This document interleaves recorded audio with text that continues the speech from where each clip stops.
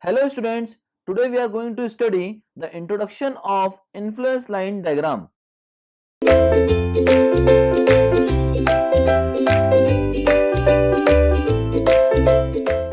Now what is influence line diagram?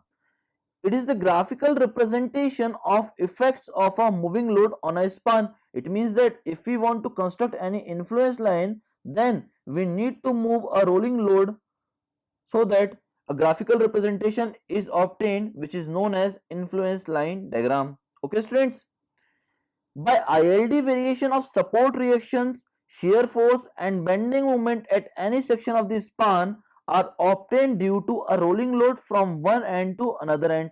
It means that if we want to construct any ILD for support reaction, shear force, bending moment, then we need to move a rolling load from one end to the other end of the span.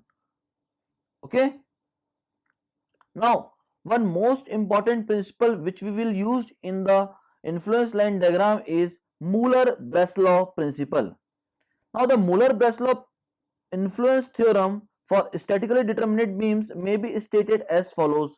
Now, here is the statement of Muller-Breslau theorem, that is, the influence line for any assigned function of a statically determinate beam may be obtained by removing the restraint offered by that function and introducing a directly rated generalized unit displacement at the location and in the direction of the function. It means that if we want to draw any influence line, suppose that here is a beam whose support A is like this and support B is like this.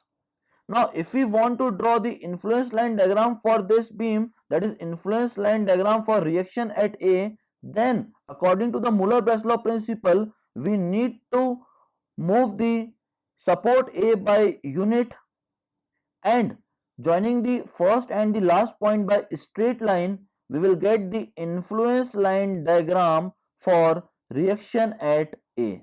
That is the Muller-Breslau principle. If we want to draw any influence line diagram, then we need to move that joint or support by unit amount, and that final diagram will be known as influence line diagram.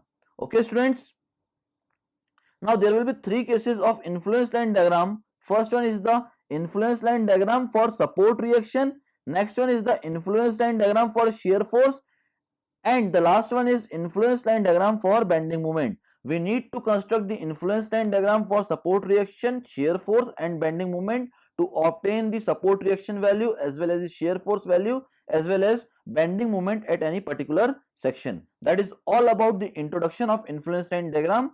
Thank you very much students.